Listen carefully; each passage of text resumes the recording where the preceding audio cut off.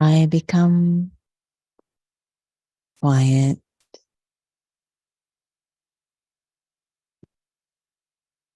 internally.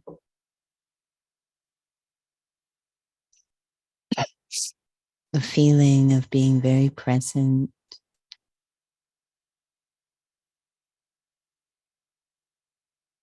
the mind naturally focusing,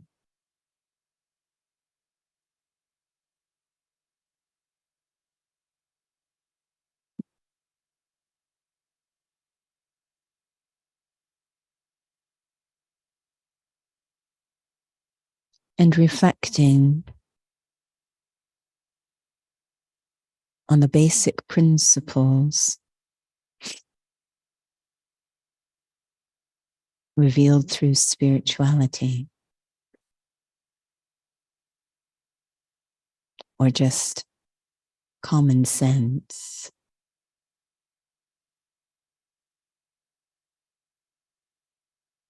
Where should I put my energy? Where should I focus?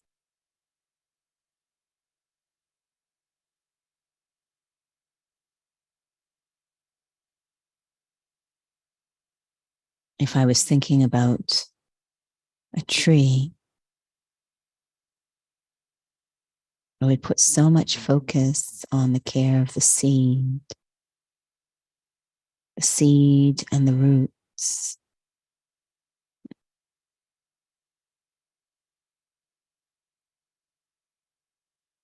That determines the health of the entire tree.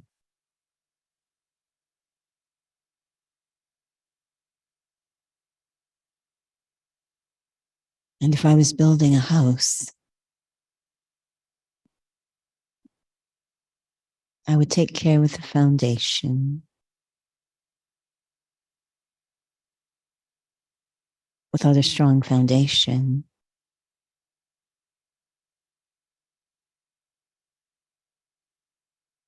the house would be vulnerable.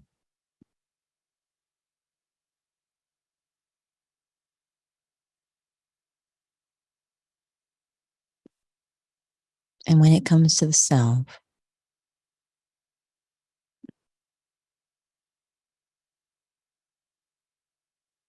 do I focus outwards or do I focus inwards?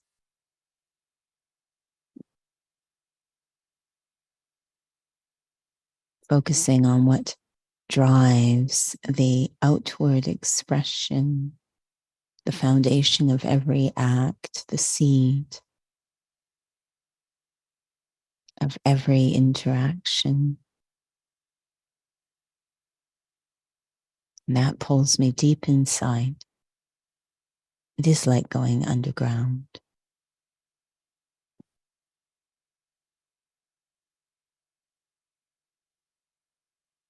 Exploring the state of the self,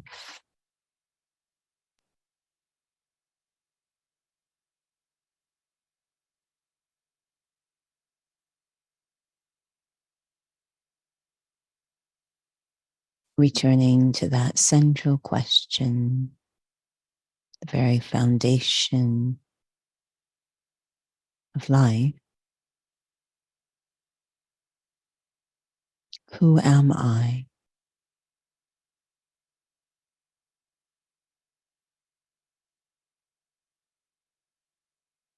How I answer that question, that will shape the strength and quality of my entire life.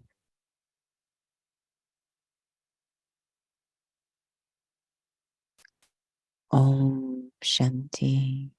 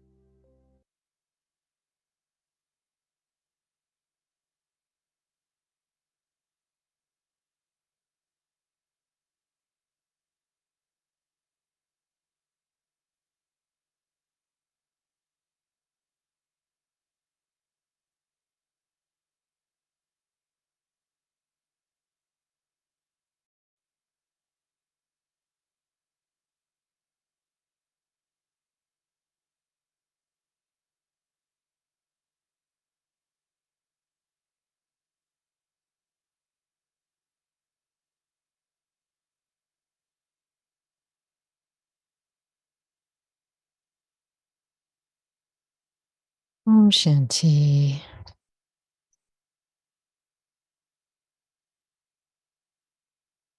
And welcome to Interview with the Raj Yogi.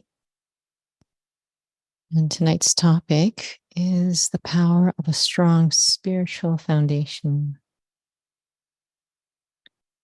And so I do enjoy the parallels that you've shared in the inner fitness when we used to have those sessions. I know they do come up with the new practical meditation sessions at the Academy. But about this physical strong core, I was reflecting so much about today was relevant to this morning's class about, the very basic foundation. There was something that you had shared today and yesterday, but you said point form and perform. Point form may not mean anything to those who are not in the study, but I was thinking about core and essence. Could you share a bit about that in terms of how one's core affect one's performance in terms of the physical, but more importantly, what your experience has been like spiritually?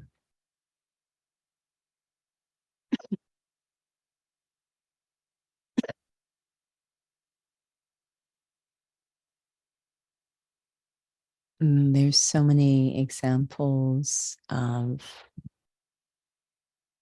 the foundation and then building on the foundation, and a lot of care with the foundation. And definitely when it comes to the body, the skeleton, which is the deepest, element in the body, really it's the alignment of the skeleton that determines how everything else is going. So, wanting to put the bones, if you will, in the right place. It's an architectural structure, actually, the human skeleton. It's very, very clever, but it needs to be aligned properly to be architecturally sound. So that's what we're doing when we're talking about core stability. It's stabilizing the core, which is the spine, shoulder, pelvis. It's stabilizing the core so it's architecturally sound. And even, I often think about when I was in Chicago and going on the architectural tour in Chicago, and it was a wonder. It's absolute wonder. And I don't know a lot about architecture. You really didn't need to know anything to be struck by just how important the foundation is, because these buildings, when they sort of rebuilt Chicago, they're along the river, which already is questionable ground. And they have to follow certain bylaws. So they land up with a very small footprint. So Chicago's known for its very, very tall buildings. And of course, it's the Windy City. So a lot of wind way up there. So you've got these very tall buildings on a very small footprint. And what the architects had to do to really ensure the structure and the core of those buildings was so sound, so they could build to those heights and really optimize the amount of real estate they could work with, but also withstand the wind. The buildings actually do sway. If you can imagine a very tall building actually swaying, and not to topple, not to degrade. So they had to put so much thought into the foundation to be able to hold that kind of structure, but also the skeleton of the building, the core, to be architecturally sound. So whether it's a building or the architecture of the body or the inner architecture of the soul, which is called awareness, we want to take a lot of care. If we put so much care into that, all the other pieces, the virtues and the powers and the wisdom, that would all naturally flow if we just focused on the foundation. What's your experience been like? It's fascinating, the architectural example that you give, but spiritually speaking, when we think of spirituality, it's so invisible. And, lately, the students in Raj Yoga have discussing and reflecting on it's very easy to try to be nice, to be virtuous in a certain way, but is that it's not really even just about genuine intentions. Every soul wants to, but it's really to constantly be in a certain way inside for one to really be able to maintain their integrity and to be able to, of course, interact with others with dignity and grace and abundance and so forth. How, spiritually speaking, something so invisible needs to be so strong, and it also needs to be able to flex the way you mentioned, like those buildings. I suppose there has to be certain things that line up in the soul, such as trust, courage, recognition, because when it comes to the architecture of the body or the structure of the body, we use these words superficial and deep, and they're not insulting. It's the actual anatomical terminology for it. So things on the surface are called superficial, and things far below are called deep. And to really, there's going to be a strong pull, to focus on the superficial because it's visible. The six pack is a classic example. It's visible, it garners value or praise. So there's going to be a pull. There has to be something inside the self. Sometimes it's an injury or a crisis, but this is, I'm really not interested in focusing just on the superficial because it actually isn't giving me strength, true strength and well-being. So then starting to focus on the deep, which isn't showy at all. It's very incognito. It actually makes one feel genuinely stronger. So the same, I think, with spirituality. There might be the pull to focus very outwardly on the virtue, being kind, nice, which we are, and we want to be. We just want it to come from the right place. So, not being feeding the image or the show or false value that others will think I'm nice and kind, etc. But actually coming from a very deep place, that foundation again, that awareness that these are the intrinsic qualities of the soul, and not just an intellectual thought, but actually just go into soul consciousness, point form, trust it, that will naturally emerge those qualities in an accurate and honest way. You were sharing about the architecture of the building, strong and able to, it has to sway because of the wind. It has to have some sort of give. It was making me think about the masculine and feminine qualities within the soul. And perhaps maybe our ideas of strong are quite actually extroverted. Perhaps maybe I'm not using the word masculine and feminine in terms of gender, but there's a balance within the soul. So, in terms of what do you feel that looks like inside oneself, spiritually speaking? In fitness, the foundation is mobility and stability. And again, it's that deep stability.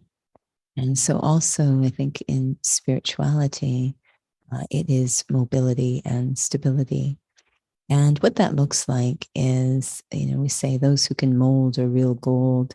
So there's such a strong sense of self. The core is so stable. My sense of self as a spiritual being is so strong, so intact that it's not threatened by anything. And so I'm actually able to adjust, to cooperate, to empower, if you will, I'm not affected and influenced. That's what actually makes it difficult to mold or adjust, is when I keep snagging on things in my mind, keep reacting in my mind. But if I'm very full and content, that is, in a state of well-being, then lots of things, as I said, it flows through the mind like water. It doesn't get stuck in the mind. So that means I'm free to respond, which is what mobility actually is free to respond. Imagine the tennis player, they're ridiculously strong. Is about to get that serve, that serve that's, I don't know, 100 kilometers an hour or miles an hour is about to come firing at them from across the net. And you have that image of them. They're very, very strong, but they're sort of bouncing on their toes. They're getting ready to respond. They're going to need strength to respond, but they also have to be able to move. Now, if I was on the other side of the net and that surf was coming at me, I would be in the reaction category. I would run and hide because but again, when there's that strength, then I have all those resources inside. I'm very full because I worked on the foundation. So now I'm able to respond rather than react. That rigidity, react, and my heart or mind snags on things and I'm hurt or upset or frustrated. Rather, I'm very full inside. So now I can respond. When you're sharing, I was thinking a lot about lightness. I remember I was very young in the study, and you and another more senior student, Tanya, would say, "Oh, just be light." And I would be like, "Well, I'm sure you must somehow accumulate the capacity to be light."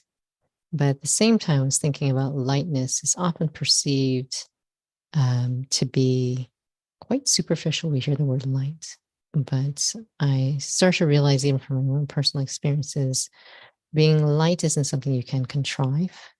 It has to be something that comes because of this sense of freedom. So I was really feeling, and I know this might be a little too deep, I'm not sure, for students for those who may not be in the study or are just starting, but the experience of being a soul, that you feel that you're not, attached to anything here, but the sense of self, that it's not physical. How do you even describe it into words? But the more subtle I feel this lightness. It just feels so amazing, like nothing can touch you. So I was thinking about that. But I was also thinking about what also dually is important is a sense of value, as you're sharing, a value that's so anchored so that you're, again, not attached to the image or what others say, and how that's also a kind of lightness as well, both pieces. But when you're talking about that tennis player who's very nimble on their feet, um, our ideas of strength, and even on the physical level, tend to be brute strength, look a certain way. No one ever thinks of a ballet dancer as being strong.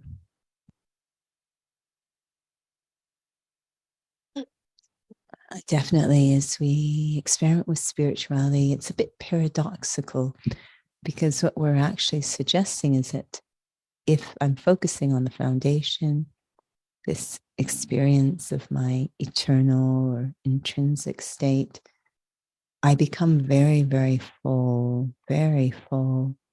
All of these things I've been seeking outside, I actually start to discover within the self. We call it inner peace, inner power, inner joy. We start to discover them within the self. So I'm becoming more and more full. Now, physically, when something fills up, it becomes very heavy. But in spirituality, the more I fill up, the more light I am because I'm less needy, right? I'm less needy for the value, etc., or the values, seeking them outside, especially from people. So that means when someone is less needy, less demanding, less expectations, more content, more at peace with themselves, more fulfilled internally, more full, they're very light and easy with things. Just a comment here on Instagram that it's hard to hear. So we tried to increase the volume. So just let us know if that has helped and if you can hear us better. But it's interesting because this lightness, perhaps from just our superficial experiences of what it is, this word flippant comes to mind because sometimes maybe that can be sort of associated with it only because you might have witnessed it in others or you are that yourself. trying to be light about things, but it's actually very superficial. One could actually be very reactive, but it's actually a sense of avoidance, and it's just a kind of humor to try to keep things so-called light, but not really able to go deep, not able to really actually handle situations well, or not be able to even tend to what is needed with the self and others. But lightness, I remember a few years ago, really reflecting on that for a day or two. And it was such a powerful thing. And so I was really reflecting as well on that in terms of a strong, powerful foundation. Would you say that it tends to be very much contrary to our ideas about physicality and strength?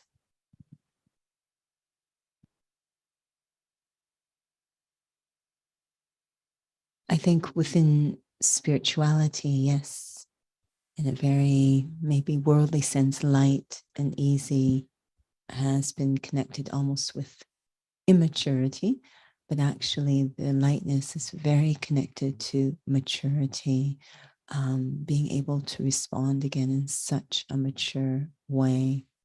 And we definitely see physically, again, it's deceptive, but it's actually, I feel, in terms of what maybe I was exposed to, that those who are very light on their feet, this is true strength. Those who are able to move gracefully and with ease, these are those who are mature in movement. So it's, I know it seems counterintuitive, and it's again the difference between superficial and deep. Am I working with a superficial understanding? So I'm looking for very gross signs of strength or maturity, I don't know. Or am I understanding a little more deeply, um, what actually is a sign of strength? I just remember so much um, in dance, especially the male dancers, um, were considered, they were not considered athletes, but B, they were considered somehow, I don't know if the word is weak, but if you will, less powerful. And I never could understand how anyone could come to that conclusion, but I do, because they're lifting someone up with one arm while walking around as if that someone is as light as a feather. That's the issue. They make it look so light and easy, right? So if we're in a superficial understanding, we say, well, they're making it look so light and easy, it must be nothing. And not really grasping what's happening, what the foundation is, what's happening underneath the surface, the amount of strength and power and control and accuracy required to do that. So really having to look. And it's important because then it tells me where to focus my energy.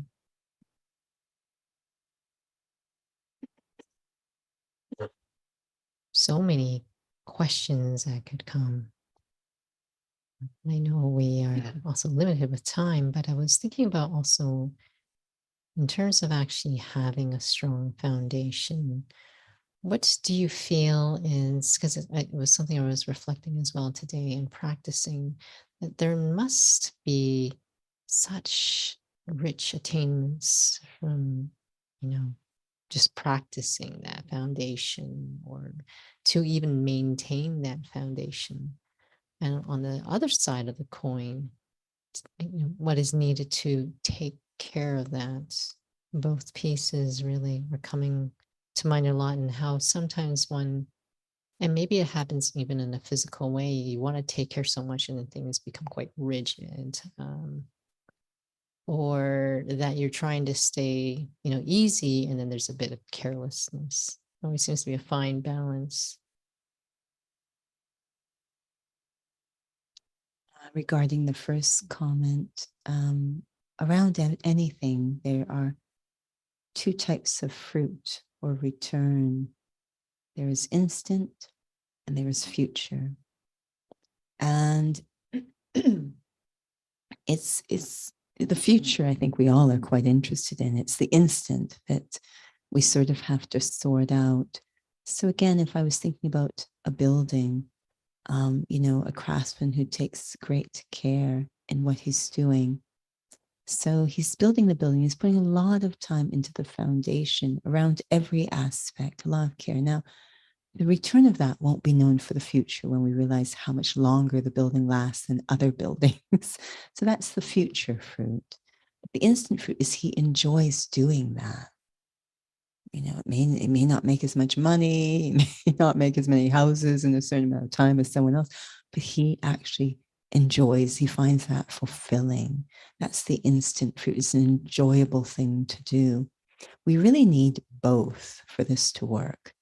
Those who focus on the deeper aspects, say, of physical training, there is future fruit. They will have greater longevity in terms of healthy movement.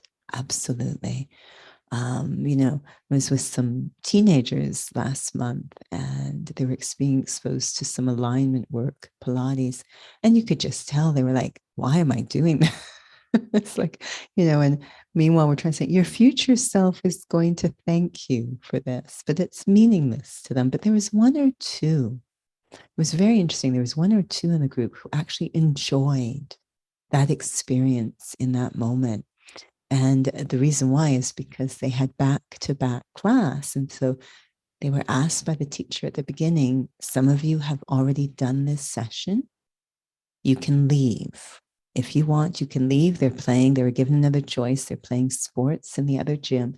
You can leave. Leave now if you want to go. You've already done it. And they didn't. They wanted to do it again.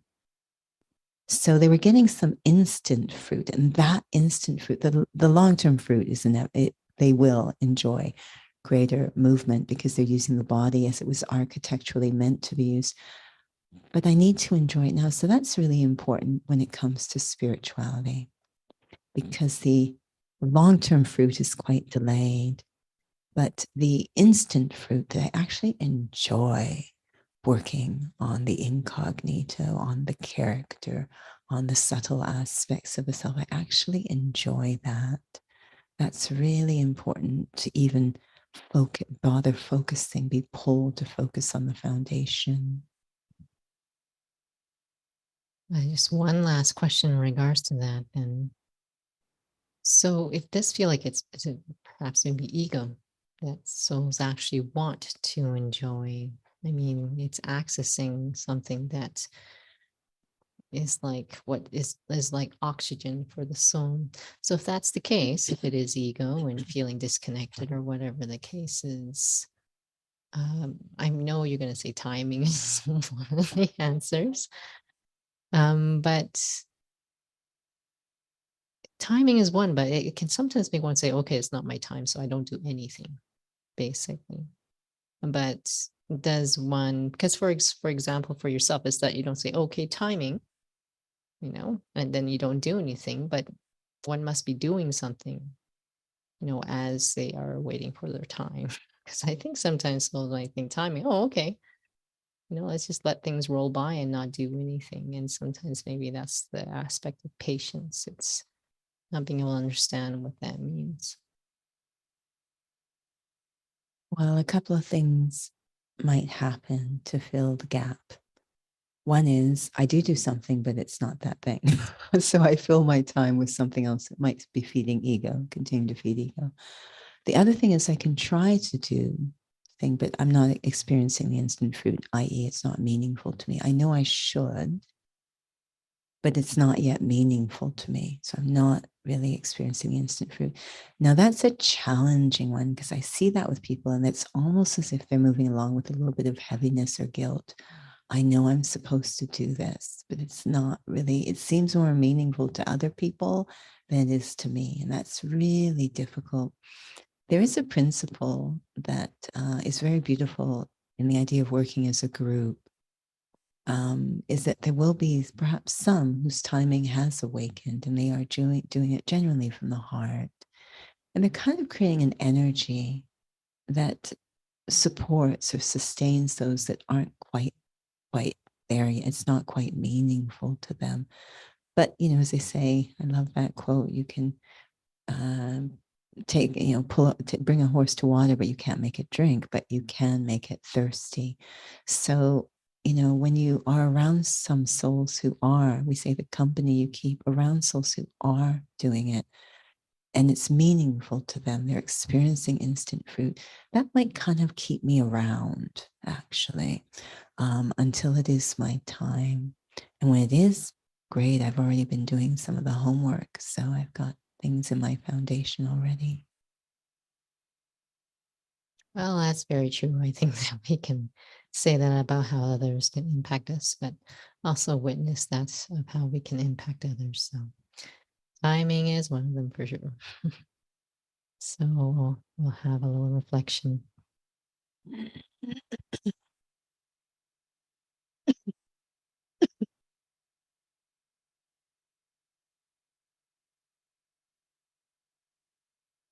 As I go inside and reflect on the subtleties of the spiritual endeavor,